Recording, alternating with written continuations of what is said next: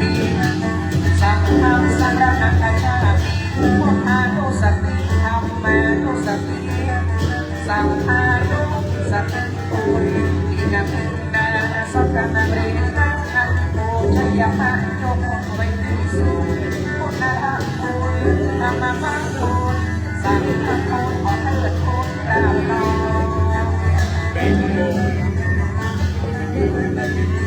แก้ข้า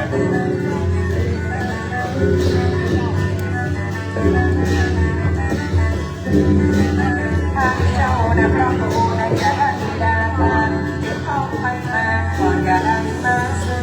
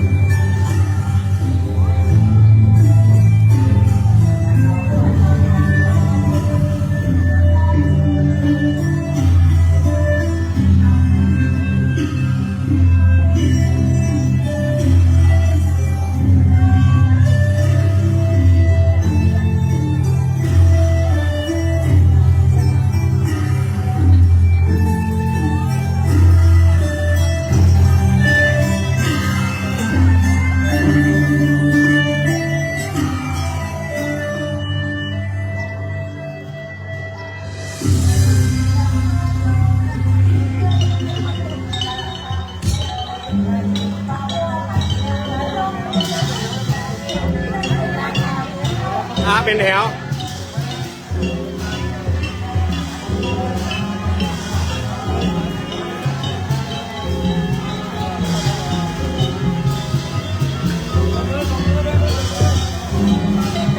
ขอบคุณเลย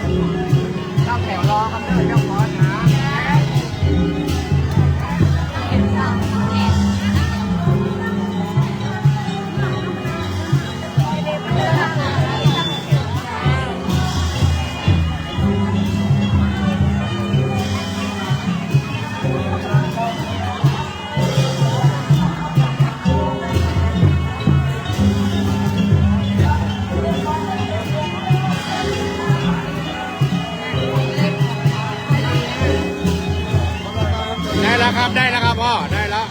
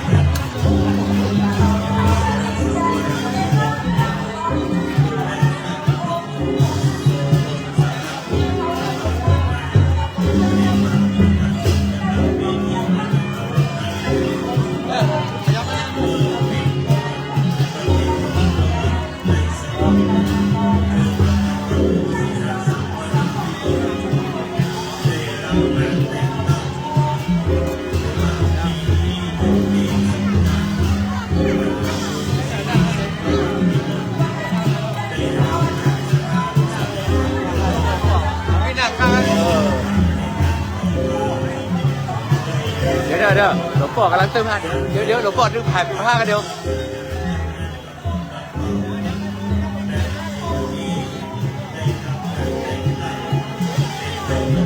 พร้อม1 2 3ครับ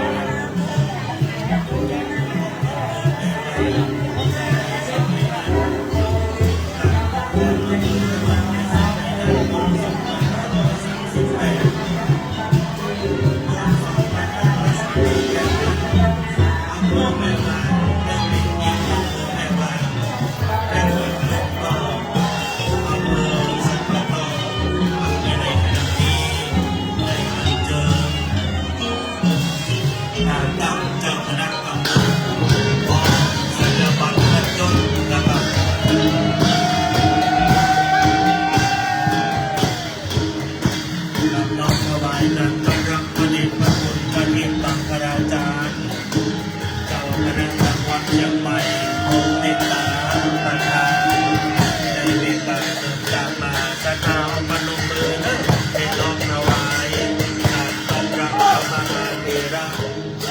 หลวงพ่อสังฆนาสังวัดเชียงใหม่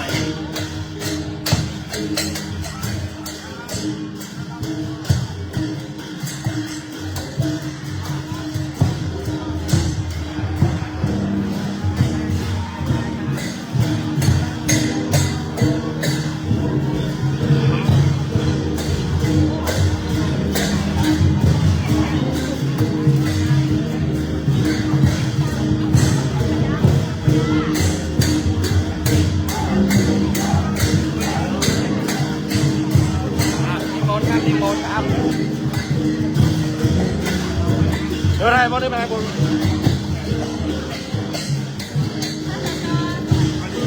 กับน้อมถวายการต้อนรับพระเดชพระคุณหลวงพ่อพระเทพมังคลาจารย์ภาษาทาห้องประนมมือเลิกส่วนสังฆบุญถวายพระเดชพระคุณหลวงพ่อสุปฏิปันโนภะคะวะโตอะระหะสัมโฆสุปฏิปันโนภะคะวะโตสาวกสังโฆยะติปันโนภะคะวะโต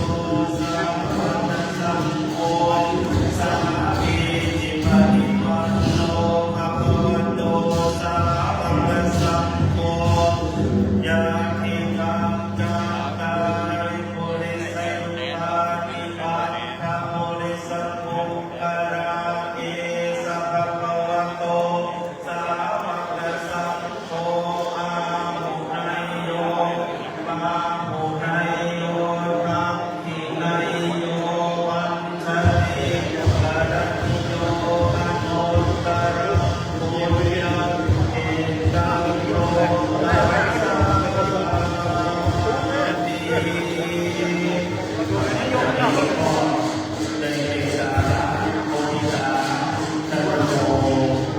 ศีลสังวรพิมลมีบารมีถือว่านับเป็นพระมหาธีระองค์เมตตาที่ได้เกิดรับคณะศิษย์สัมมาโดยเฉพาะท่านพระครูศีลสังวรพิมลในฐานะหลวงพ่อท่านพระครูสุตตะอาจารย์พิมลรักษาการเจ้าคณะอำเภอแม่วางจังหวัดสุพรรณบุรีในเราถวายการต้อนรับในเมตตาพระเดชพระคุณหลวงพ่อพระเทพมังคลาจารย์ขอให้พระคุณสิริปริยัติยานุสาสตร์พร้อมคณะอำเภอแห่งวัดบางแวงวัดบางแวงนี่คือว่าเป็นตำนานเวลาใหญ่ที่สาวอาภาวิพระมหาวิทย์อาสติวันิตาแห่งใจมงคลท่านพระครูศีลสังวรพิมลในเมื่อสมัยได้เป็นข้าหลวงเด็กน้อยในเดินทางไปศึกษาพระปริยัติธรรมที่จังหวัดเชียงใหม่บนจักรยานพระสังฆาธิก็ได้ไปทำนักภาคตีวัดวันแวงถือว่าเป็นสมบัติประการศิลาที่ได้มาเรียนวันนี้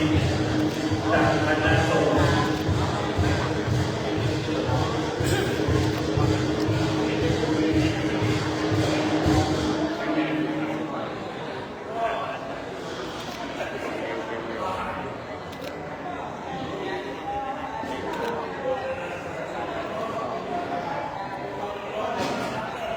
นับตั้งแต่ในการปกครองของบ้านเมืองปีพุทธศักราช 2538 กิ่งอำเภอแม่วางได้จัดตั้งเป็นกิ่งอำเภอแม่วางในสมัยนั้นการคณะสงฆ์ซึ่งขึ้นตรงต่อบ้านเมืองดังที่บอกว่าราชานังอนุวัติตุงคืออนุวัตตามพระราชาดังนั้นการปกครองของบ้านเมืองในสมัยนั้นอำเภอแม่วางมี3 ตำบลใหญ่ๆก็คือ1 ตำบลตุ่งปี2 ตำบลแม่บ้านกาด3 ตำบลแม่วินก็ได้แยกอำเภอออกไปแห่งก็คือบ้านกาดนั้นได้แยกเป็นดอนเป่าเขต1 เขต2ในส่วนรุ่งปีนั้นได้ขยับมากลายเป็นทุ่งรวงทองต่อมานั้นในอำเภอแม่วินนั้นก็ยังดำรงในอำเภอในตำบลแม่วินอยู่ใน ในอำเภอแม่วางจึงมีตำบลอยู่5 ตำบลการปกครองคณะสงฆ์นั้นก็ต้องอ้างอิงเอาในส่วนของบ้านของเมือง เมื่อเจ้าคณะพระสังฆาธิการวัดวาอารามในอำเภอแม่วางนั้นก็มีการมีบรรพชาอุปสมบทเพิ่มขึ้นก็ได้ขยับขยายได้จัดตั้งเป็นเจ้าคณะอำเภอแม่วางในสมัยนั้นมีพยานโพธิ์พยานสมโพธิ์ปัจจุบันคือพระเทพพระธรรมเสนาบดีเป็นเจ้าคณะอำเภอในสมัยนั้นการปกครองในสมัยนั้นนับตั้งแต่พระเจ้าอินทวิชัยนนท์ก็ถือว่าคณะสงฆ์ในอำเภอแม่วางเป็นหนึ่งก็คือพยานโพธิ์หรือว่าครูบาเจ้าธรรมทินในสมัยนั้นเป็นทุติยสังฆราชาที่2ได้ดูแลการปกครองในแขวงสันปะตองในแขวงสันปะตองแม่วางตลอดไปถึงอำเภอฮอดนี่คือการคณะปกครองคณะสงฆ์ในสมัยพระเจ้าอินทวิชัยนนท์ในสมัยนั้นต่อมาการปกครองคณะสงฆ์นั้นได้แบ่งเป็นเจ้าคณะหนเจ้าคณะภาคเจ้าคณะจังหวัดเจ้าคณะอำเภอตามลำดับก็มีการปกครองแบ่งกันไปตามลำดับกันหากว่าในปัจจุบันก็ได้มาถึงเจ้าคณะตำบลบ้านกะแยกออกมาเป็นเจ้าคณะตำบลดอนเป่านับแต่คนหลังศิษย์ในหลวงปู่ท่านพระครูสาระโสพลครูบาบุญมาก็ได้มาเป็นเจ้าคณะตำบลต่อมาตุลุงครูบาบุญมาก็พักช่วงซึ่งได้มาเป็นเจ้าคณะตำบลต่อพักดูแลงานการคณะสงฆ์คือว่าท่านพระครูศรีรสังวราภิมลได้รับเมตตา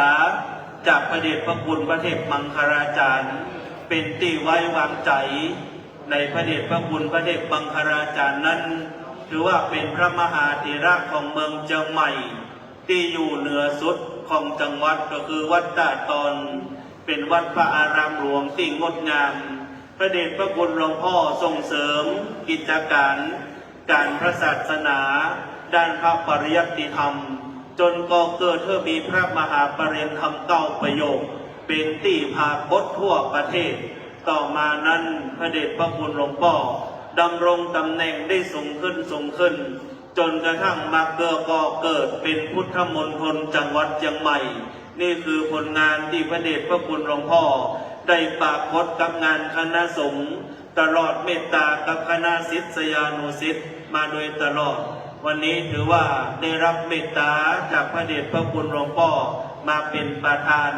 นับว่าเป็นบุญเป็นวาสนาเป็นบุญนั้นก็คือเราตั้งหลายได้หันนี่เป็นบุญตาได้เจรจาเป็นบุญปากได้อุปถากเป็นบุญใจได้กราบได้ไหว้เป็นบุญอย่างสูงสุดเป็นวาสนาของเราตั้งหลายวาสนาที่เราตั้งหลายมาได้มาพบพระพุทธศาสนาได้มาอยู่กำจูยังวรพุทธศาสนาคือว่าเราได้มีวาสนาได้เกิดภายใต้ร่มพระพุทธศาสนาได้เกิดมาเป็นมนุษย์ได้มามีอายุยืนยาวได้มาพบพระพุทธศาสนาได้เกิดได้มาร่มพระบารมีขององค์ในหลวงในรัชกาลที่9และในรัชกาลที่10ถือว่าเป็นวาสนาของคนไทยของเราตั้งหลายณกาลเวลาบัดนี้เพื่อที่ยังเพื่อความพร้อมในมณฑลแห่งพิธีแห่งนี้จะได้บังเกิดขึ้นเอาตั้งหลายก็จะได้ประกอบพิธีในการมอบตาตั้งและสัญญบัตรพัดยศจะขออนุญาตกล่าวถึงในราชนินานามที่ท่านพระครูศรีรสังวราภิมลราชทานนามนี้เป็นราชทินนามที่ศักดิ์สิทธิ์มีพระมหาเถระรูปหนึ่งของเมืองไทยก็คือพระเดชพระคุณพระราชสังวราภิมลหลวงปู่โตอินทวันโนวัดประดูชิมพีพระมหาเถระรูปนี้งดงามต่อมานั้นการที่พระบาทสมเด็จพระวชิรเกล้าเจ้าอยู่หัวได้ทรงพระกรุณาถวายราชทินนามนี้เป็นที่ปรากฏ หากว่านอกจากมีถวายราชกินน้ำแล้วยังมีนิยพัฒน์เริ่มตั้งแต่เมื่อพระเจ้ามีพระโอกาติได้ถวายที่ศรีลังกาได้ถวายได้นึกว่าถวายของทั้งหลายแล้วเป็นมีเข้าเป็นต้นก็ยังบอกยังบันถึงใจแต่ยังว่ายังบันถึงที่สุดแห่งพระศาสนาได้ถวายราชกินน้ำแต่นี้แด่พระสงฆ์ในการนี้น้อมถวายเมตตาความเคารพในหลวงพ่อพระเดชพระคุณพระเทพมังคลาจารย์เจ้าคณะจังหวัดเชียงใหม่ประธานในพิธีหลวงพ่อจะเมตตาเป็นองค์จุดธูปเทียนบูชาพระรัตนตรัยขอน้อมถวายความเคารพหลวงพ่อเมตตาเป็นประธานจุดธูปเทียนบูชาพระรัตนตรัยครับผมกับเรียนเชิญท่านสาธุชนท่านผู้มีเกียรติทั้งหลายได้น้อมพนมมือตั้งจิตอธิษฐานบูชาพระติดทลายรัตนพระแก้วเจ้าทั้งสามพระกัน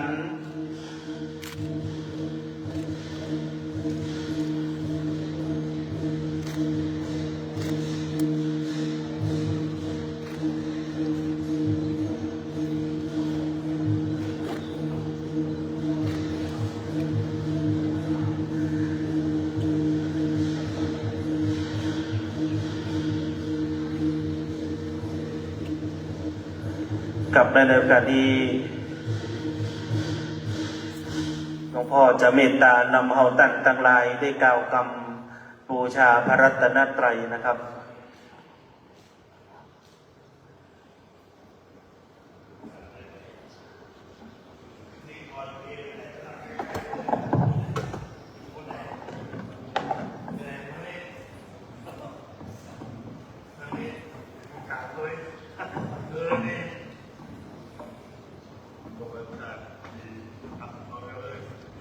ขออนุญาตเรียนเชิญท่านสาธุชนท่านผู้มีเกียรติทุกท่านได้กล่าวคำบูชาไฟไว้ภาคพร้อมๆกันนะครับอิมินาสกาเดนะตังพุทธังอภิปูชยามาอิมินาสกาเดนะตังธัมมังอภิปูชยามาอิมินาสการเรนะตังสังฆังอภิปูชยามาอะระหังสัมมาสัมพุทโธภควาพุทธังภควันตังอภิวาเทมิสวากขา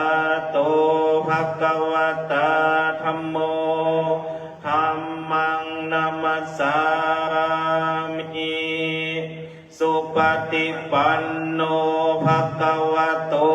สาวกสังโฆสังฆังนะมามิเรียนเชิญพ่อหลวงเนื้อดิ้งถวายผ่านขอศีลดีประเดชพระคุณหลวงพ่อพระเทพมังคลาจารย์เรียนเชิญพ่อหลวงนะครับพ่อหลวงอาจารย์ได้เข้าถวาย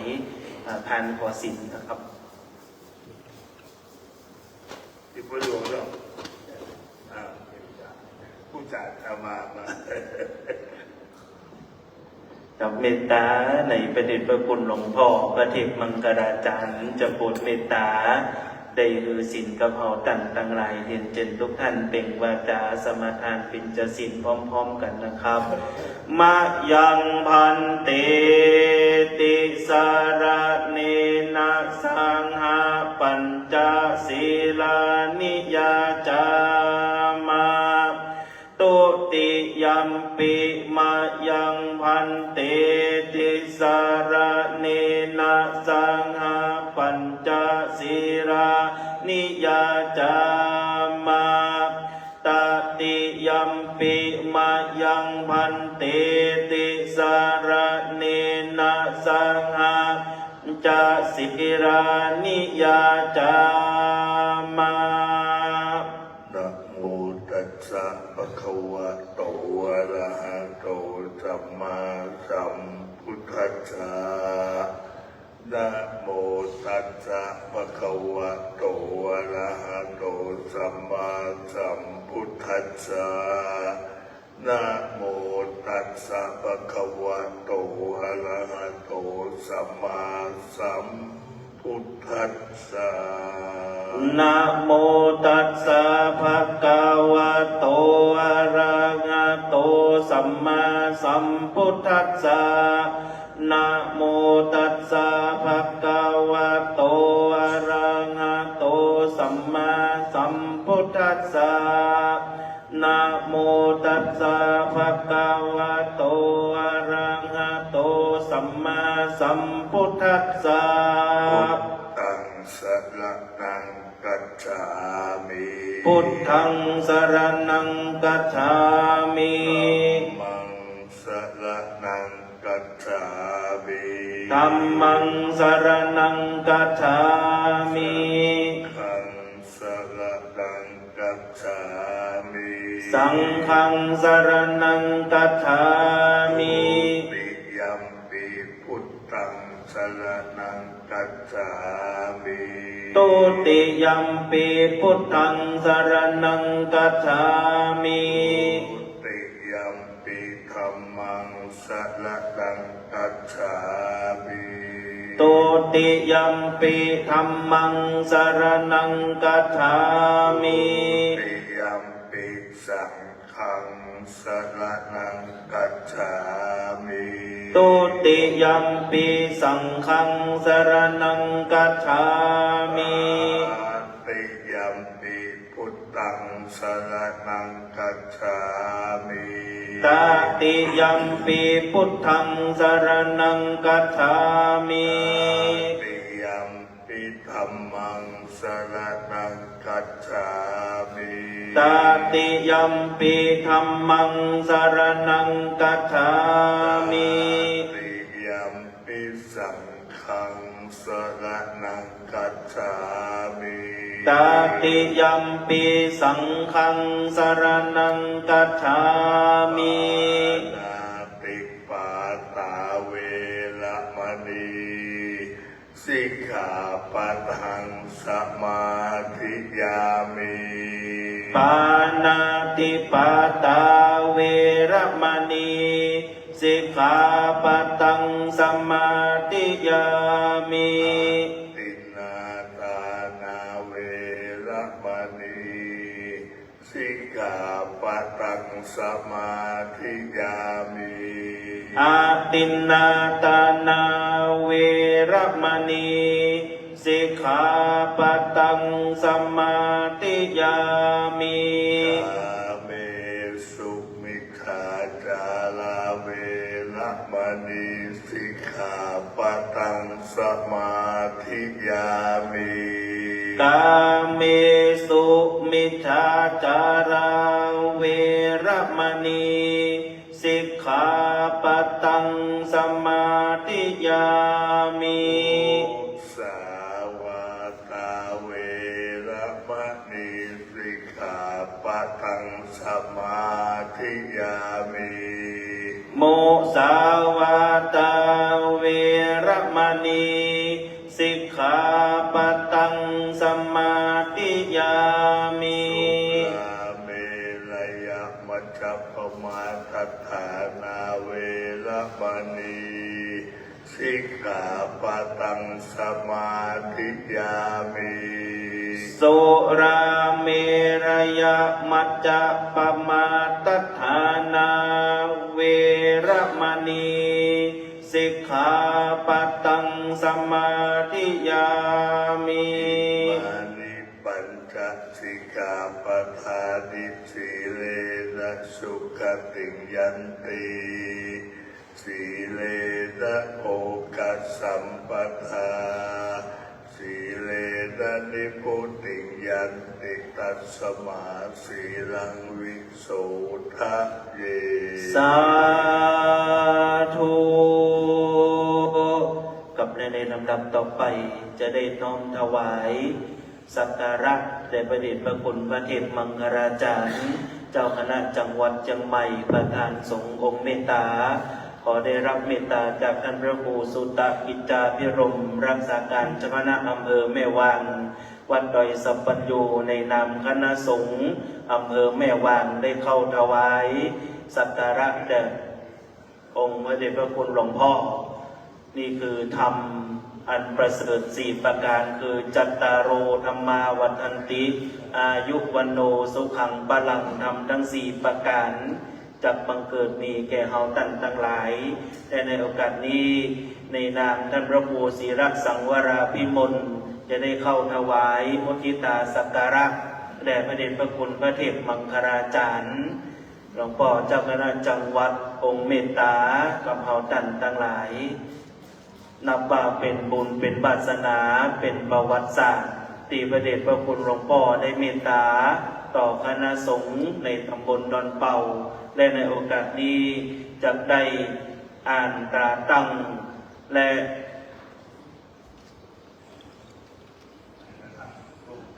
อ่านตราตั้งนะครับ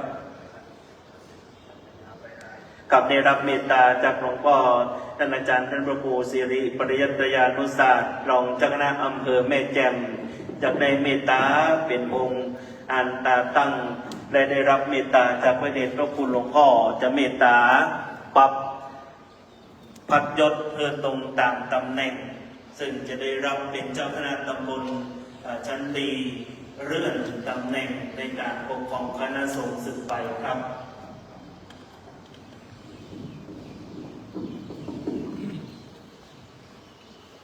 กราบท่านเจ้าคณะตำบลที่140/2568อาศัยอำนาจความในข้อที่23แห่งกฎมหาเถรสมาคมฉบับที่24วงเล็บพุทธศักราช 2541ว่าด้วยการแต่งตั้งถอดถอนสังฆาธิการปรับกบัญญัติคณะสงฆ์พุทธศักราช 2505 แก้ไขเพิ่มเติมโดยพระราชบัญญัติคณะสงฆ์ฉบับที่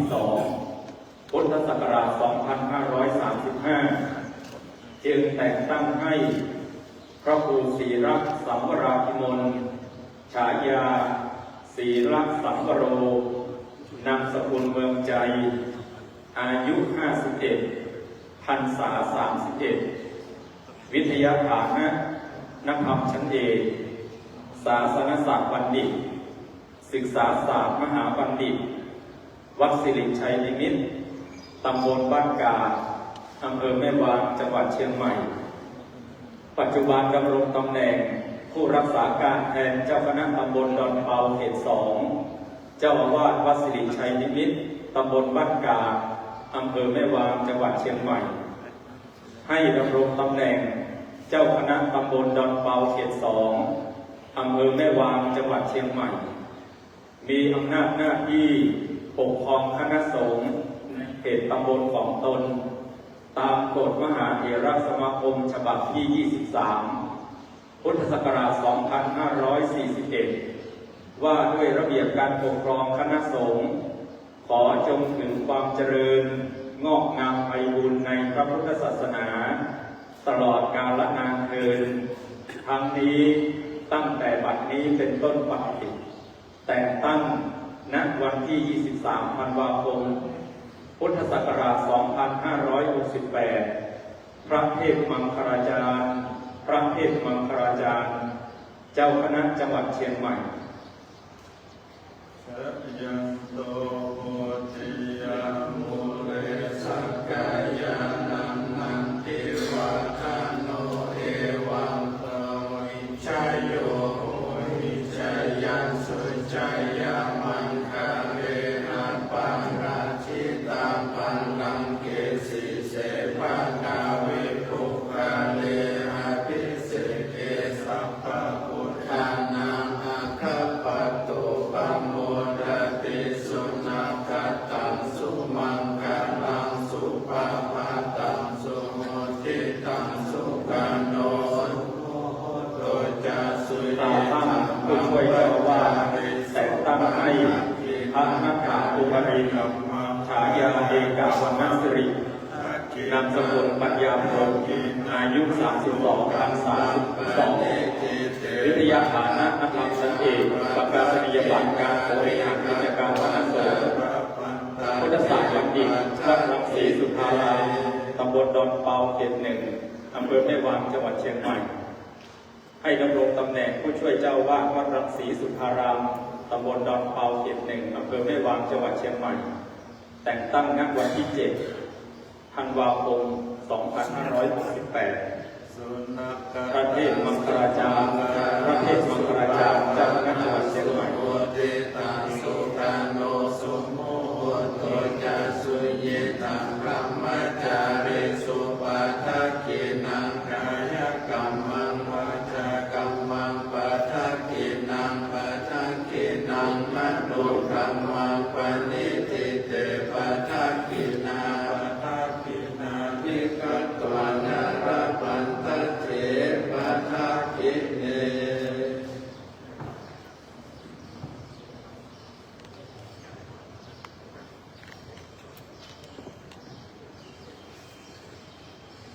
กับและในโอกาสนี้จะได้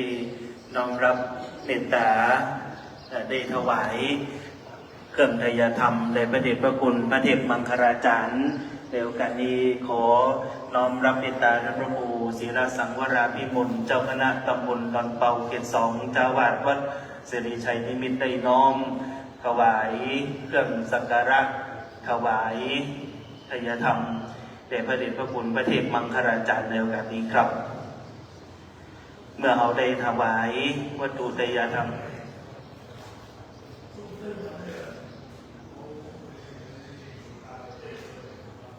ครับและในโอกาสนี้นะครับได้ท่านพระครูพิสิทธิ์ปทุมวัฒน์ได้น้อมเป็นเจ้าภาพน้อมถวายเป็นเจ้าภาพถวายทายธรรมซึ่งถือว่าเป็นสาหายธรรมในท่านพระครูศิรสังวราภิมลที่มีความรักความเมตตาซึ่งกันและกันมาโดยตลอดนะครับในโอกาสนี้ท่านพระครูจะได้น้อมถวายหลวงพ่อท่านเจ้าคุณพระศรีศิลปาจารย์ที่ปรึกษาเจ้าคณะภาค 7ผู้ช่วยเจ้าวาดวัดพระราชสีจอมทองและถวายท่านพระครูสุทธิยานรังสีที่ปรึกษาเจ้าคณะจังหวัดเชียงใหม่นะครับวัดรังสีสุทธารามซึ่งเจริญอายุวัฒนะมงคลครบ80 ปีวันที่21 ธันวาคม 2568 ที่ผ่านมาครับกับในโอกาสนี้จะได้เรียนเชิญกับเรียนเชิญพ่อกำนันนะครับเรียนเชิญท่านนายกเทศบาลได้เข้าถวายพ่อกำนันดอนเปาพ่อกำนันบ้านกาดนะครับเรียนเชิญพ่อกำนันตำบลดอนเปาได้ถวายหลวงพ่อเจ้าคณะอำเภอแม่วางวัดแล้วก็เรียนเชิญก็ถวายลูกที่ 1ก่อนนะครับแล้วก็ถวายในท่านนายกเทศบาลตำบลดอนเปาตำบลบ้านกาดนะครับได้ถวายแด่ท่านพระครูศรีวรวุฒิคุณเรียนเชิญนะครับวันนี้นายท่านได้เรียนเชิญนะครับวันนี้ได้เข้าถวายแด่พระมหาเถระนะครับถวายท่านพระครูศรีวรวุฒิคุณถือว่าเป็นเนื้อนาบุญของบ้านสิริชัยนิมิตรในสมัยเมื่อตัวลุงท่านพระครูบาอยู่นี่ตัวลุงฮักท่านพระครูแล้วก็ท่านพระครูศรีวรวุฒิคุณแล้วก็ท่านพระครูศรีรสังวราภิมลเป็นตีฮักที่จำเริญใจแด่ตัวลุงครูบาบุญมาเป็นยิ่งนักนะครับเวลามาหาตัวลุงก็จะบอก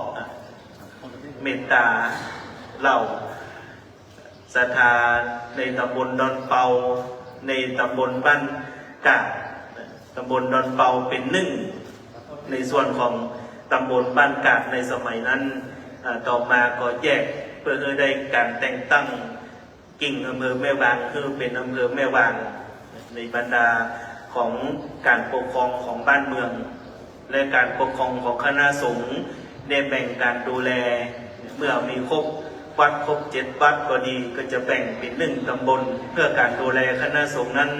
เป็นไปด้วยความ เรียบร้อยในด้านสาธารณูปการประการที่สองนั้นในด้านการเผยแผ่การสนะสงเคราะห์ในคณะสงฆ์เป็นสงเคราะห์สังฆะเพื่อสังคมในโอกาสนี้จะได้น้อมรับเมตตาธรรมโมวาทจากพระเดชพระคุณพระเทพมังคลาจารย์เจ้าคณะจังหวัดเชียงใหม่ประธานสงฆ์องค์เมตตาในโปรดเมตตาประธานธรรมโมวาทในโอกาสนี้ขอกราบนิมนต์ครับผม ดีพิธีกรมันเก่งเลยภาษาไทยก่อนเนี่ยเลยพ่อผมมึงมาอยู่เชียงใหม่ได้กี่วันแล้วได้บ้านหน้ามาเวลางานอยู่ฮะมาเมื่อไหร่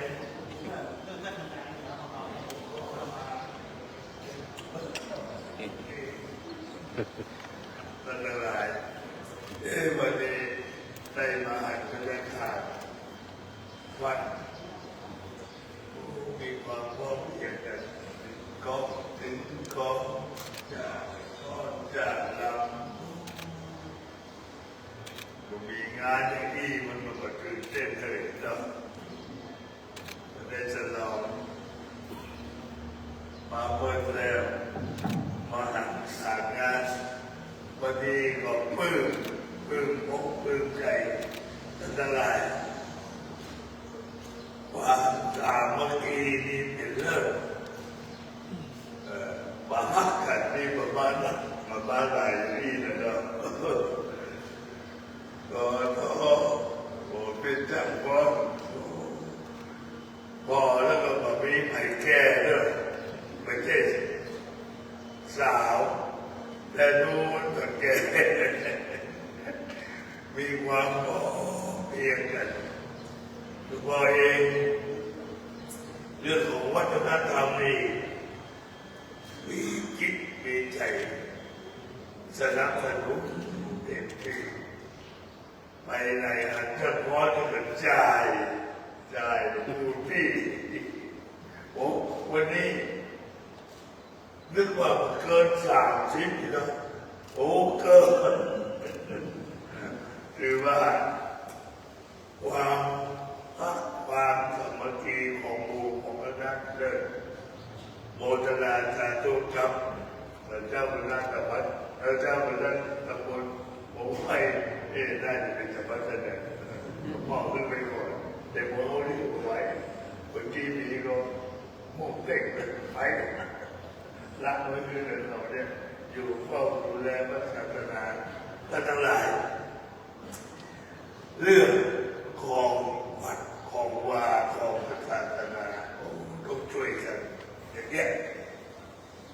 ทุกเจ้าต้องเป็นเลิศทุกเจ้าเนี่ยต้องเป็นเลิศการดูแลวัดวาเนี่ยบอกอีกทุกเจ้านี่ก็นะเอาศรัทธามาเขาก็เป็นแต่เอาแต่พระเจ้าอย่างเดียวถูกเป็นมันต้องมีความรักความสามัคคีในหมู่ในคณะอย่างที่หลวงพ่ออ่านวันนี้อู้ในคำเดียวว่าปลื้มใจแต่ทุกดวงเจ้าคณะตำบลท่านทั้งหลายความเจริญรุ่งเรืองของวัดของวาของพระศาสนาที่เริ่มต้นจากผู้หลวงนั่นแหละทำจะได้คือเปิดเรื่องใส่ศรัทธา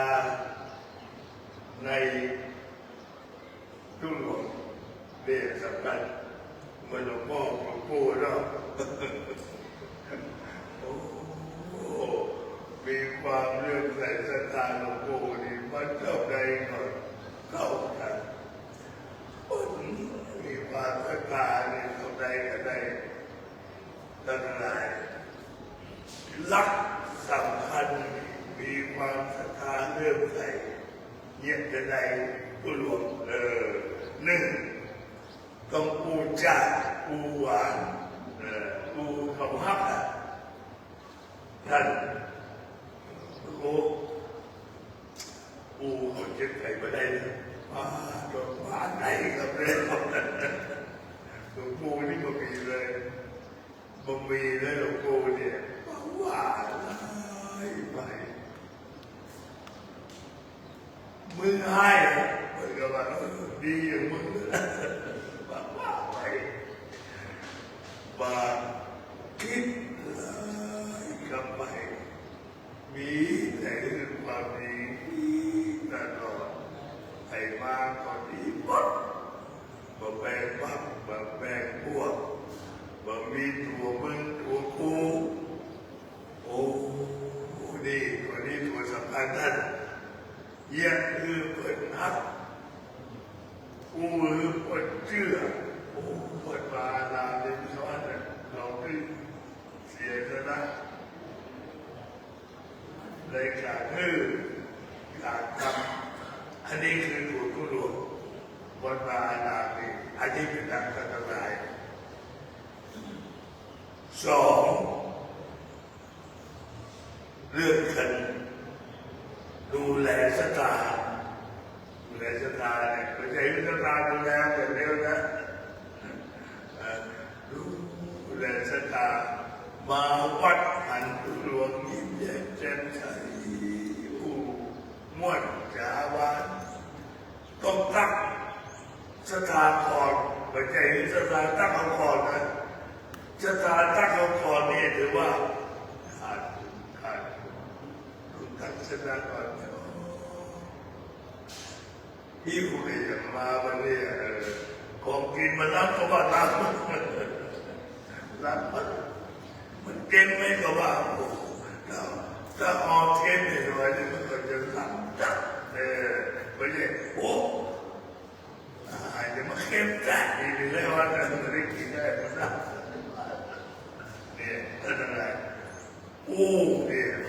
เป็นถึงจะได้การได้งานถ้าผู้บอกเป็นนี่สถานะมันจะอะไรและรักเขาว่าซื่อสัตย์ต่อ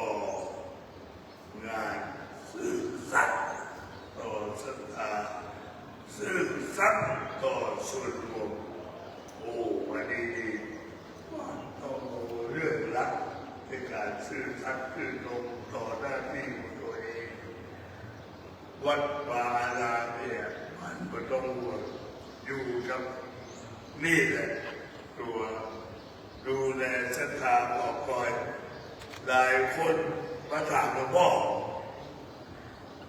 อเก่งอะไรอย่างนี้นะเก่งอะไรอย่างหลายคนมาบอกว่าหลวงพ่อเก่งหลวงพ่อมันนึกไปนึกมานี่ว่ามีอะไรอย่างเก่งดูแลศรัทธาก่อนวันหลวงพ่อเนี่ยโอ้ได้กินอย่างกู้ยาเมืองภาคใต้มีอาหารดีของประชมมันก็เรียกสมุทรสาครของประชมมันดูแลเขาออกมาเลี้ยงไม่ใช่เลี้ยงเบื่อจะได้ชะตาให้ในหน้าที่เราต้องให้และไม่หวังผลที่เขาจะตอบตอบแทนหรือไม่นี่อย่าไปคิดตรงนี้ถ้าคิดตรงนี้ขาดทุนแล้วเมื่อไหร่เรื่องท่านเนี่ยเห็นไหมส้มเนี่ยได้เลยว่าโอ้โหนี่ส้มที่ไหนผมส้มใกล้บ้านเลยนะพ่อยังเคยทันเมื่อกี้ดูแล้วปักเก็บใหญ่ปักเนี่ยเลยไอ้มันเป็นสมบัติอันล้ำค่าคือการให้เราให้เขาเราก็มีความรักเขาก็มีความดีใจในการที่หลวงพ่อบอกเพื่อจะทานอันนี้เรียนท่านเรื่องที่เรื่องจริงท่านผมอะให้เก่งให้เก่งแจกไม่ใช่เก่งที่ให้ง่ายเก่งให้เขาดีเป็นอะไรกับเราไม่ใช่ยากไม่ใช่ไม่ถูกคุ้นเคยไม่ใช่ว่า ำไมเราพูดตรงนั้นไม่ใช่ให้เพราะความรักไม่ใช่ให้เพราะความสนิทตามหน้าที่ของเราที่มีอยู่ที่พวกเราได้มอบหมายให้เป็นเจ้าคณะจังหวัดทำไปเถอะไปไม่เถอะยิ่งให้โบราณเขาว่ายิ่งได้ไม่ใช่ยิ่งให้ยิ่งหมดใจยิ่งให้ยิ่งได้อันนี้อันที่สองอันที่สามคือส่วนรวมมีการมีงานทางอำเภอเธอบอกได้เลยบอกตรงใจเลยมีอย่างบอกด้วยได้ด้วยตามความสามารถอำเภอในตำบลในหมู่น้องมีอย่างนี้บอกช่วยได้ช่วยกันพอให้เขาต้องช่วยเหลือดีต้องส่งเสริมว่าเจ้าหน้าที่วันนี้ผมลุงทุกมันมีอยู่สามอย่างไม่ใช่ว่าดีส่งเสริมวันนี้ชวนได้ต้องลุงโทษตามความเหมาะสมอันนี้เป็นผู้นำทั้งหลายส่วนรวมมันเป็นเรื่องใหญ่สำหรับชีวิตส่วนตัวอาจเป็นตัวกับเรื่องใดวัดว่าเรื่องใดแต่ส่วนรวมเนี่ยทำได้ช่วยได้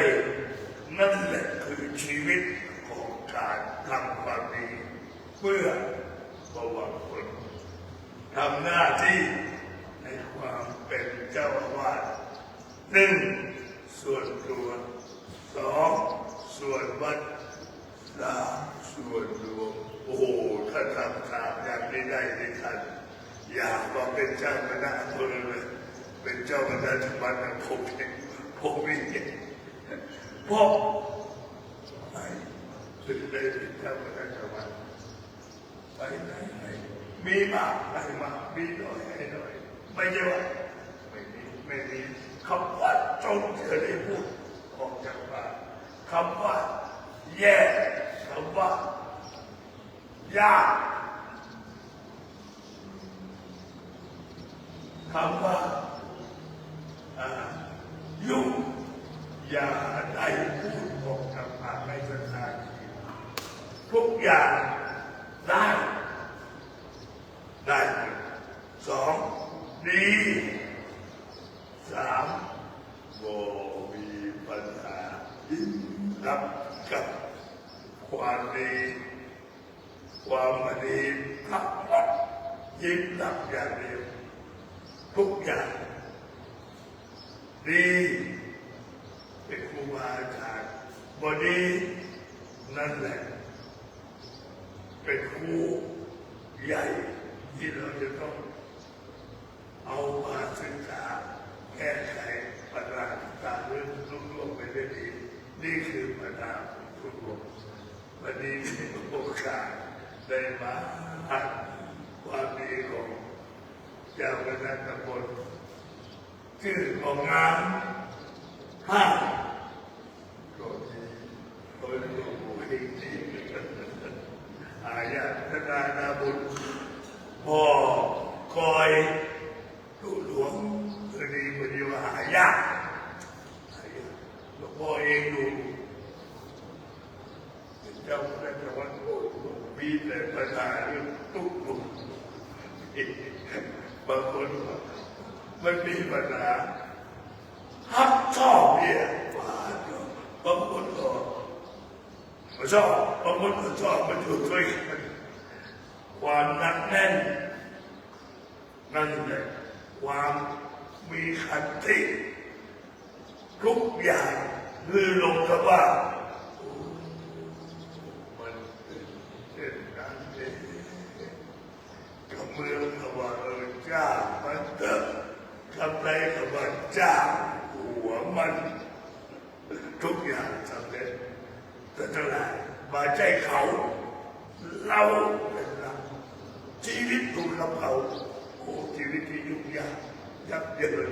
ถ้าชีวิตอยู่กับเราโลกยังเป็นสุขกับผู้กับพระกับพระทาราบุญ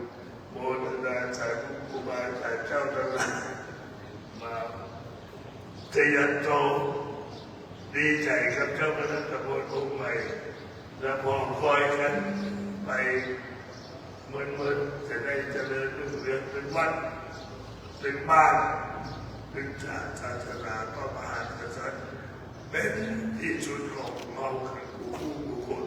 ผู้คนส่วนใหญ่ของนักวันนี้ได้มาร่วมกันโดยเฉพาะกับทั่วทุกพื้นที่มานี่ถือว่างานใหญ่เลยมายินดียินชมเรื่องของเขาของคนด้วยบุญกุศลเหล่านี้ที่พวกเรามาเป็นประมาณในชาติและบางปัจจัยที่เราอยู่เย็นเป็นสุขปราศจากความโลภโกรธหลงทำกุศลในเรื่องกิจเรื่องการเรื่องพระศาสนาที่เจริญรุ่งเรืองกันกู้คนเถิด สาธุสาธุสาธุนับเป็นมหามังกรเมตตาหลวงพ่อได้รับปฏิบัติเมื่อได้เป็นเจ้าวาดต้องอู้จาหวานอู้จาเป็นมาพูดไข่เจ็บช้ำมาทำไข่เคืองนอกจากนี้หลวงพ่อได้เมตตาเป็นที่ฮักของศรัทธาได้ยิ้มแย้มแจ่มใสทักทายสนทนาตาใสญาติโยมเป็นเบื้องต้นตักญาติโยมก่อนหลังจากนั้นได้มีความซื่อสัตย์ได้ซื่อตรงคงที่มีน้ำใจโดยที่บ่หวังผลปฏิบัติหน้าที่ตามหน้าที่ตามหน้าที่และปฏิบัติลงโทษในการปฏิบัตินั้นตามความเหมาะสมและเมื่อมีปัญหาถ้ามีอย่างเกิดขึ้นแล้วเมื่อได้โปร่งใจหลวงพ่อบอกว่าจ้างมันเตอะอันนี้เป็นโอวาทธรรมปฏิบัติในประเด็นพระคุณหลวงพ่อได้เมตตากับเราท่านทั้งหลายประเด็นพระคุณหลวงพ่อบอกว่านอกจากนี้เจ้าว่าได้เป็นดอกไม้ดังสายตาของญาติโยมทั้งหลายญาติโยมหันแล้วก็ได้มีความชื่นใจนาการะบัดนี้เอาจากใจคำพรจากพระเดชพระคุณหลวงพ่อพระเทพมังคลาจารย์จะได้โปรดเมตตาพรอันประเสริฐเป็นลำดับไป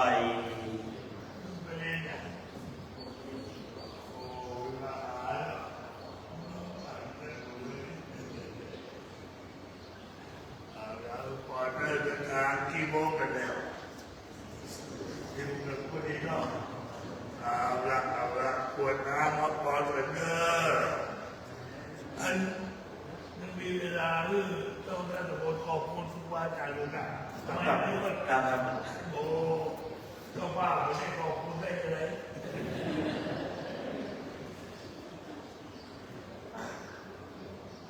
กล่าวแทบเท้าพระเดชพระคุณหลวงพ่อเจ้าคณะจังหวัดพระเทพมังคลาจารย์กราบในเมตตาบารมีธรรมหลวงพ่อที่ปรึกษาเจ้าคณะอำเภอแม่วางพระครูสุทธิยานรังสี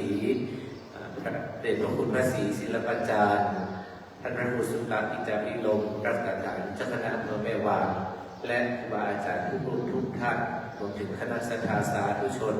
ชมรมปกครองกำนันผู้ใหญ่บ้านในเขตตำบลบ้านกาดดอนเปาทั้งสองเขตขอบพระคุณมากที่วันนี้ได้เมตตามาร่วมงานมอบตาตั้งเจ้าคณะตำบลอันเป็นภาระงานที่เพิ่มขึ้นเพิ่มเติมจากที่พระเดชพระคุณได้โอวาทขับไปที่งานจากเดิมเป็นงานของเจ้าอาวาสดูแลเฉพาะวัดเฉพาะหมู่บ้านเปรียบเสมือนเป็นพ่อหลวงบ้านแต่วันนี้ได้รับภารกิจเพิ่มเติมในนามเป็นเจ้าคณะตำบลเขต 2ได้ดูแลตำบลดอนเปาเป็นหลักก็จะได้ดูแลเจ้าคณะพระสังฆาธิการในเขตปกครองที่เกิดความสงบร่มเย็นอยู่ร่วมกันอย่างสันติธรรมก็ถือเป็นภาระงานที่2ที่อาตมาภาพจะได้ประสานความร่วมมือทั้งฝ่ายกิจการบ้านเมืองและฝ่ายสังฆมณฑล ในนามของคณะสงฆ์อำเภอแม่วางเป็นต้นขอกราบขอบพระคุณในพระเดชพระคุณอีกครั้งหนึ่งรวมถึงคณะศรัทธาสาธุชนทั้งหลายขอบุญแห่งพระแก้วเจ้าทั้งสามพระรัตนตรัยมามีพระพุทธพระธรรมพระสงฆ์สิ่งศักดิ์สิทธิ์ทั้งหลายและบารมีธรรมของพระเดชพระคุณวันนี้หลวงพ่อได้เสด็จได้เยี่ยมญาติก้าวเท้ามาอยู่บนพระวิหารหลวงของวัดสิริชัยนิมิตรเทาเป็นร่มโพร่มไทรแก่คณะสงฆ์อำเภอแม่วางขอบารมีธรรมเหล่านั้นจนได้ปกปักรักษาบุญศรัทธาให้ได้อายุมั่นยืนยาวเจริญด้วยมนุษยสมบัติทิพยสมบัติจงทุกประการเถิด โอ้วันนี้มาได้ยินเสียงได้เสียหายนะนี่ละฝากกันน้อยเนี่ยปล่อยหลวงพุทธคยาพุทธมณฑลวันที่15 มกราคมโอ้จากพรวันนี้เจอเด้อหลวงพ่อเลี้ยงสถานาบุญจากปล่อยหลวงพุทธคยามีเจ้าภาพหลวงปู่ลูกศิษย์หลวงปู่ว่าจน20 ล้านปีกว่านิดหน่อยสถาแห่งเนี่ยกลุ่มศิษย์หลวงปู่เอาอันนี้มันจะสร้างศาลาหอประชุมใหญ่เลยนี่สกุลบ้านตกวันฉลองผมที่บนเจ้าคุณสมเด็จบนเหนือมันเนี่ยฉลองวางเลิกกิจการมันเป็นยังพูดไม่ได้พูดเล่นๆตามอัธยาศัยคนวันที่15 มกราคมเจ้าหน้าที่บนก้อยหลวงเอาจากพอชุดนี้ไปนะมีอาหารเลี้ยงเลยโอ้วันนี้เลยได้กับทางสัมพันธ์นะแม่วางกับประชุมกันผมคิดว่าเนี่ยเนาะแม่วางโดยรอเป็นกำลังรักของพุทธมณฑลว่าจะดูแลเรื่องของโรงทานเรื่องของเต้นของยังก่อนที่มนต์เจ้าคณะอำเภอทุกอำเภอมาร่วมเจริญพุทธมนต์กับงานพุทธคยาของพุทธมณฑลจังหวัดเชียงใหม่โอ้เกือบลืมบอกปัตโตเสียหายวันนี้บอกล่วงหน้าเนี่ยว่าหลวงพ่อมีงานจะเป็นแลกกันเนาะต้องไปสาธุเอาละเกี่ยมหมดน้ำมาพอเถอะยะถาวาริวาหาปุราปาริปุเรนติสาขลังเอวะเมวะวิโตทินังเปตานังอุปกัปปติอิทิตังปฏิตังตุมังคิปะเมวะสัพพิจตุสัพเพปุเรตุสังคปาจันโทปตระโสยถาวะนิโจติระโสยถาสัพพิติโยวิวันจันตุสัพพะโรโควินาศตุมาเตภวันตุอันตรายโยสุขีกายุโกภวสัพพิติโยวิวันจันตุสัพพะโรโควินาศตุมา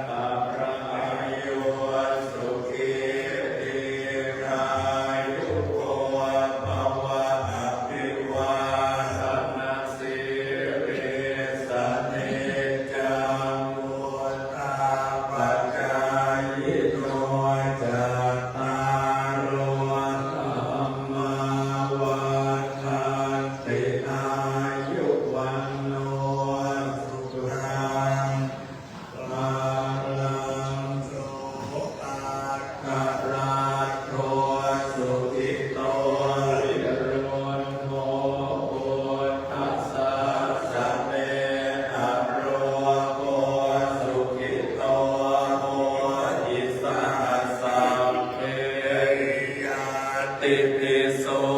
อาภารันโทสุขิโตวิรุณโหปุถธัสสะสะเนอโรโกสุขิโตวิรุณโหปุถธัสสะสะเนอโรโกสุขิโตโหหิสหัสสะเพหิยาติปิโสอาภารันโทสุขิโตวิรุณโหทัสสะสะเนอโรโคสุขิโตโหหิสหัสสะเพหิยาติปิ สัพพพุทธานุภาเว เวนัสสะภะธรรมานุภาเวนัสสะภะสังฆานุภาเวนะพุทธรัตนังธัมมรัตนัง สังฆ พระรัตนังตีนังรัตนานังอานุภาเวนะจตุราสิติสหัสสะธรรมา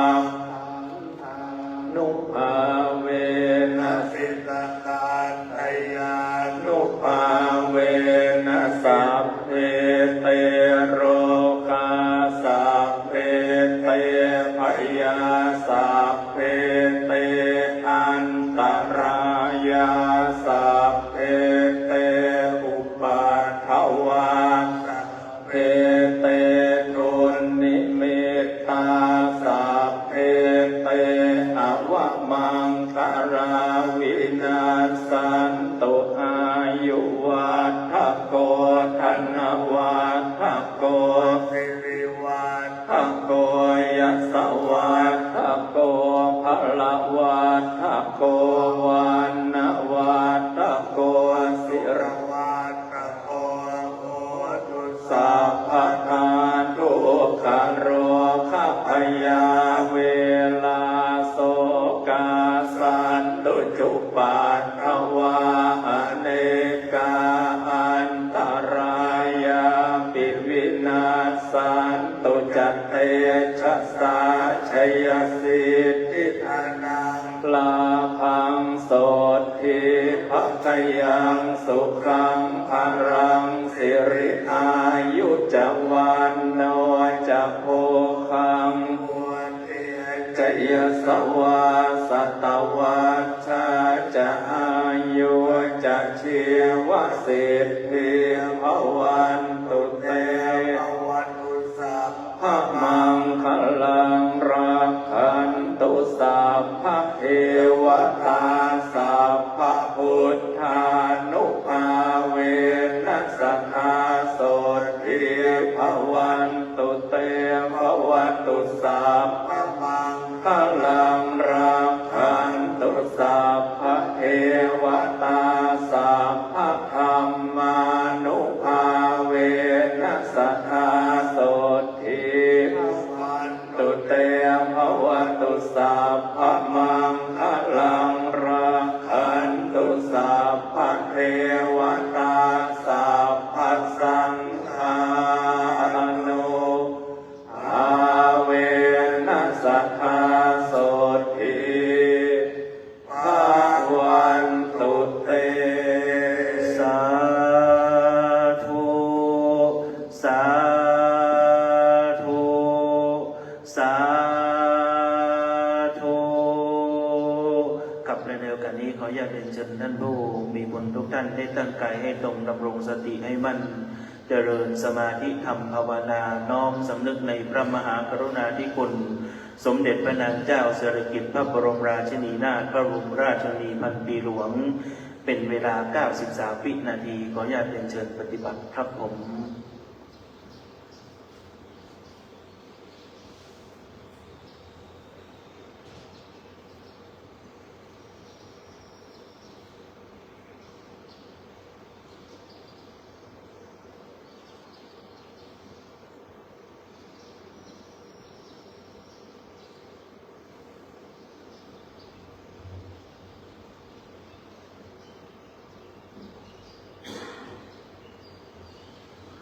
พอสมควรแก่เวลาครับเรียนเชิญทุกท่านน้อมประนมมือกล่าวคำกดน้ำแบบพื้นเมืองสืบไปนะครับอิตันตานาคัมมังนิพพานาปัจจโยโหตุโนนิจังอิตังศีลาคัมมังนิพ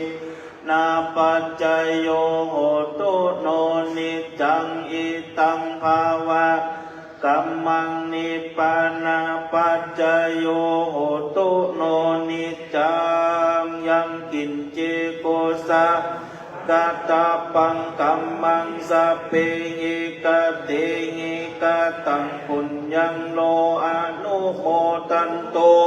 โสนันโตพนโตเยเตวะอัสสมิงทะเนอธิกาตาติกา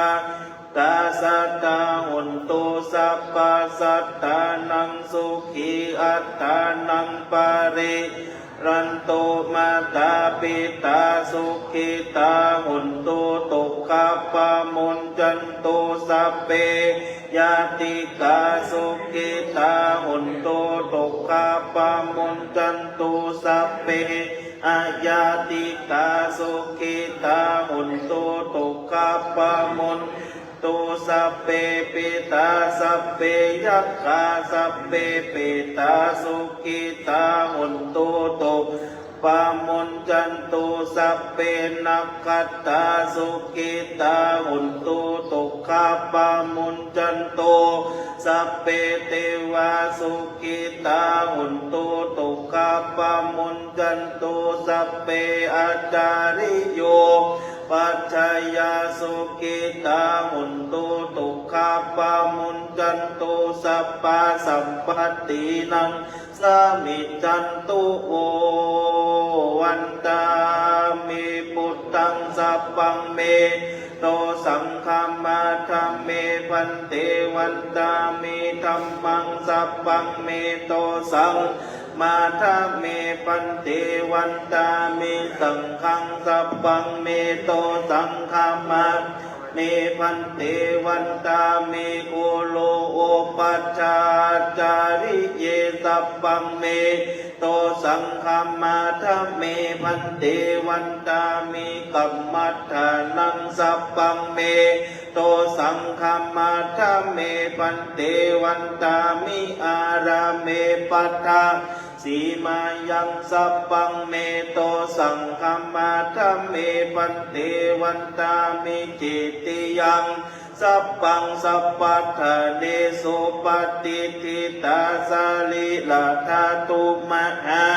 โพธิงพุทธาโลปังสักกาลังสัตตานากะโลเกเตวะโลเกธัมมะโลเกจัมโพธิเปลังกาติเปสาลิลาธาตุโยเกสาธาตุโยอะละพันธาธาตุโยเจติยังกันหาปุติงจตุลาสิติสาหัสเสธัมมัคขันเทสัพเพสังปาตาจิติยังอหังวันตามิสัพพะโสครับได้น้อมศีรษะลงเล็กน้อยกล่าววันตาน้อยพระเดชพระคุณพระเดชมังคลาจารย์พร้อมกับหลวงพ่อท่านพระครูสุทธิยานรังสีพระมหาเถระครูบาอาจารย์เจ้าจุตนเจ้าองค์นะครับวันตามิพันเตสัพพังอัปปาลาทังคัมมาธัมเมพันเตมยากตังปุญญังสามินาอนุโมทิตาปังสามินากตังปุญญังไมหังตาตัปปังสาธุสาธุอนุโมทามิอังภะลาสาธุสาธุสาธุครับและในโอกาสนี้เรียนเชิญทุกท่านได้กล่าวคำบูชาพระรัตนตรัยอีกครั้งหนึ่งนะครับอะระหังสัมมาสัมพุทโธภควาพุทธังภควันตังอภิวาเทมิ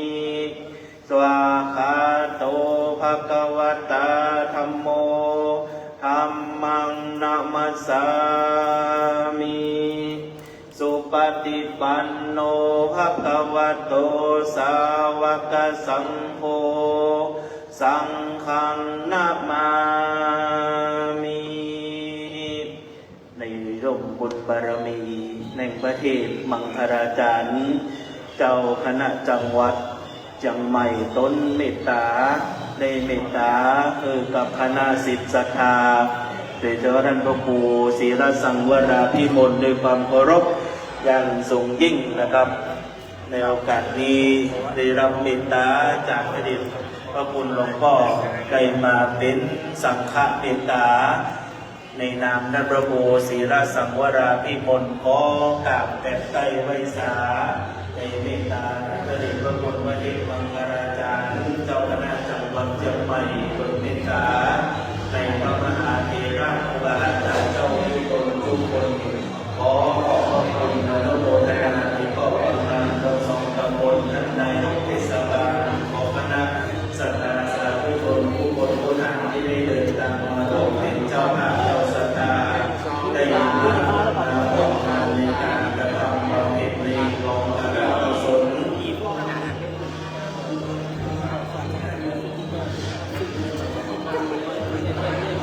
ในโอกาสนี้จะได้น้อมรับเมตตาพระเดชพระคุณพระเดชมังคลาจารย์หลวงปู่ท่านพระครูสุทธิญาณรังสีและก็นายกพระศรีศิลปาจารย์และอาจารย์พระครูสุตตาปิจาวิโรจน์พระครูศรีฤทธิ์ปริยัติจารุศาสตร์ท่านพระครูศรีวรวชิคุณนิมนต์ฉันในภายในหอของไทยนะครับครูบาอาจารย์พระมหาเถระทุกรูปกันบริเวณด้านหน้าของไทยได้จัดสำนักถวายครูบาอาจารย์พระมหาเถระทุกรูปนะครับวันนี้ขอพระคุณในเมตตานะครับมีในทุกคนครูบาอาจารย์พระมหาเถระหลวงพ่อเจ้าคณะตำบลในอำเภอแม่วางหลวงเจ้าอาวาสในตำบลลำพาวเป็นสองในหลายตนหลายองค์นะครับศรัทธาพ่อแม่พี่น้องเรียนเชิญร่วมรับประทานอาหารนะครับในบริเวณพิธีที่ได้จัดขึ้นนะครับวันนี้ก็ขออนุโมทนาในบุญกุศลที่ได้ร่วมกันสร้างได้มาพุทธถวายมุทิตาสักการะเจ้าคณะตำบลวันนี้มาแล้วจะได้เรียนเชิญเลิกศรัทธาเอาฟังลงไปเนิ่นๆก่อนนะครับภาพของที่ระลึกก่อนนะครับภาพของที่ระลึกก่อนเด้อท่านพระครูบาคุณต้นนะครับวันนี้ในเมตตาอโมทิตานะครับวัดป่าธรรมชาติในอำเภอแม่วางครูบาคุณพรในเมตตาได้เจริญด้วยบุญวาสนาบารมีวันนี้ท่านพระครูบาคุณต้นแห่งวัดป่าธรรมชาติอำเภอแม่วางนะครับทำได้ถวายกีตาสักการะเลิศศรัทธาเลิศจันทร์เลิศขึ้นมาทำของที่ระลึกจากท่านอาจารย์ท่านพระครูศรีรสังวราภิมลนะครับวันนี้จะเป็นอย่างไรมาทำของที่ระลึกก่อนเลิศของที่ระลึกยังพร้อมแล้วนอกจากนี้ปฏิทินเข้าแถวเลิศเข้าแถวแล้วออกปากมือใช่ไหมเลิศคนงานทั้งหลายคนงานแม่บ้านดังนั้นก็ทำของที่ระลึกแล้วออกปากมือเลิศทำแล้วออกปากมือนะครับเข้าหนึ่งแถวแม่อุ้ยเลิศแม่อุ้ยนั่งมาได้ยืนเลิศยืนมาก่อนยืนแล้วไปนั่งตรงหน้าท่านพระครูก็ทำเลิศถวายมุทิตาสักการะท่านพระครูวันนี้มีกระเป๋าทับซับเลิศเรามีกระเป๋ามหาโชคมหานาคที่ระลึกนะครับงานฉลองการตั้งเจ้าคณะตำบลดอนเปาเขต2พระครูศรีรสังวราภิมลเจ้าวาดวัดสิริชัยนิมิตรวันนี้วันที่23เนี่ยท่านพระครูเจริญอายุวัฒนมงคลปีที่51เนี่ยวันนี้หวย51นิมดเนี่ยวันนี้นะเรื่องราวนี้51ซ่อหามาได้ครับดังนั้นวันนี้มีปฏิทินเนี่ยมีห้องปฏิทินจากท่านพระครูนะครับไม่ยืนกันเนี่ยไม่ยืนกันแม่พอเข้าจะ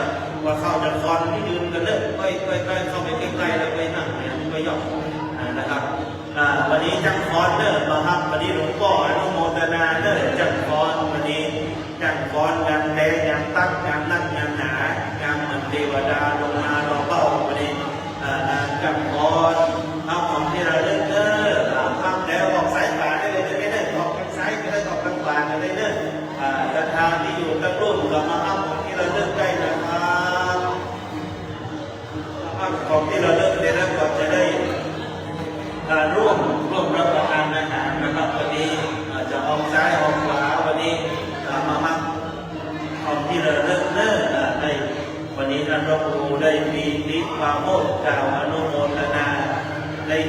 จะได้ปรับตามตำแหน่งศรัทธาพ่อแม่พี่น้องก็จะได้ช่วยท่านพระครูเด้อช่วยท่านพระครูดูแลกิจการงานวัดโดยวัดศาสนาโดย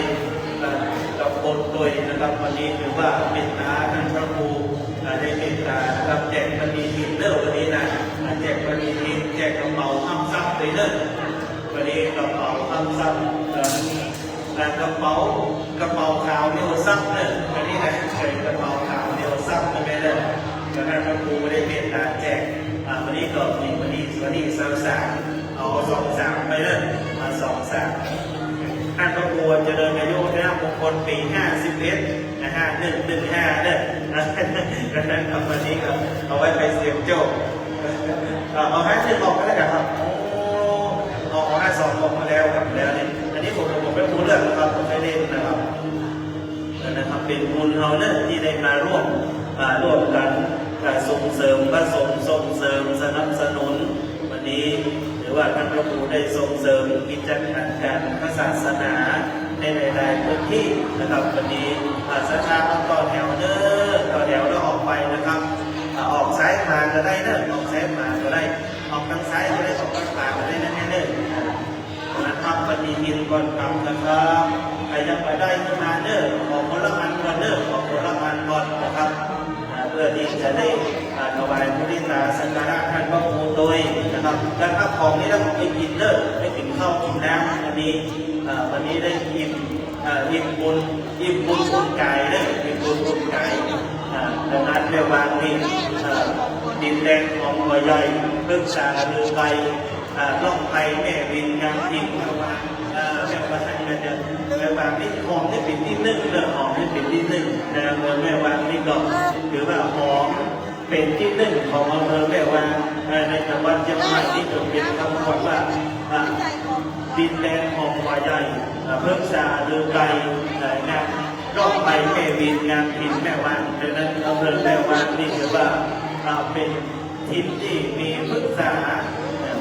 ชาติไปทำเลยตนไปพอตั้งแม่วินไปล่องไปแม่วินไปเอาครับน้ำตกมรกตถือว่าเป็นที่ท่องเที่ยวแห่งที่1ในแดนบ้านใหม่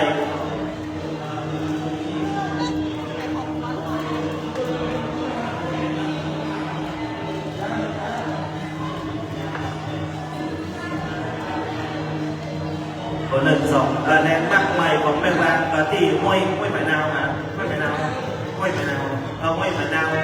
ก็จะมีแรงมากใหม่ไปแอวกันนะครับวันที่15 มกราคมไปจากฟ้อนหลวงพ่อเจิญไปฟ้อนไปหลวงพุทธคยาที่พุทธมณฑลจังหวัดเชียงใหม่หลวงพ่อก็เจิญตะกี้แล้วนะ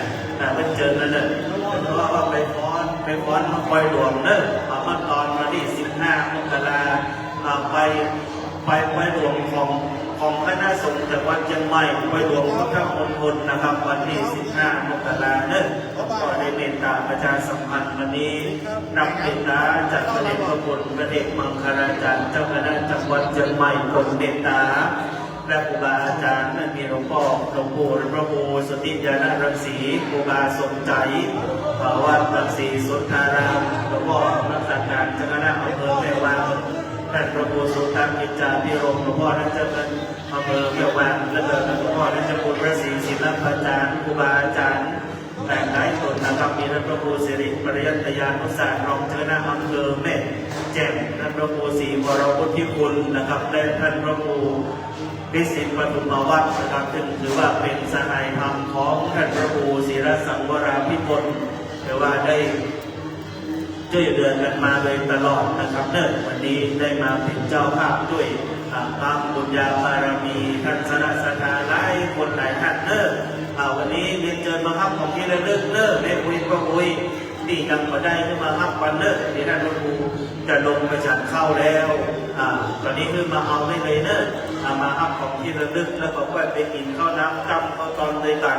วันนี้ปีสาวท่านพระครูทอดชิ้นหมู70 กิโลตำน้ำพริก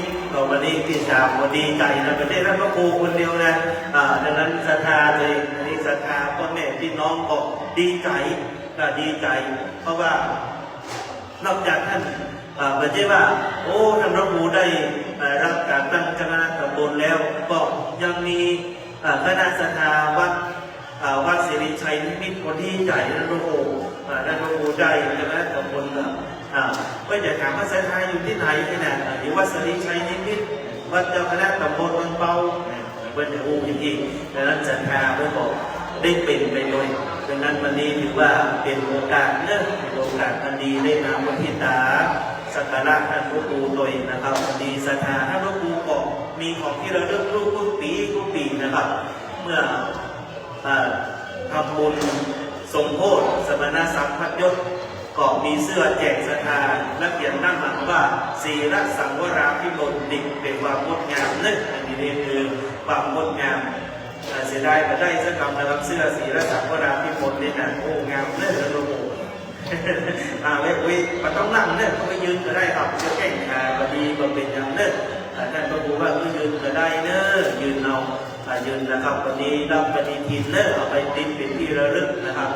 เอาไปติดเป็นที่ระลึกรับกระเป๋ารับทรัพย์กรุงขาวเดียวทรัพย์วันนี้กรุงขาวขาวด้วยทรัพย์ขาวแก้วด้วยทรัพย์สินในวันนี้นะอาทิตย์อ่านเนี่ยได้ครับไปนมัสการใส่พัดตังเท่าไหร่พุทธังมัสตังใส่กระเป๋าธรรมังมัสตังใส่กระเป๋าสังฆังมัสตังใส่กระเป๋าสตังไม่มีเปิดกระเป๋าเอาสตังนั้นก็ทำแบบนี้เอาแถวนะครับเข้าแบบเรียบร้อยอันนี้จังฟอนอันนี้จังเงี้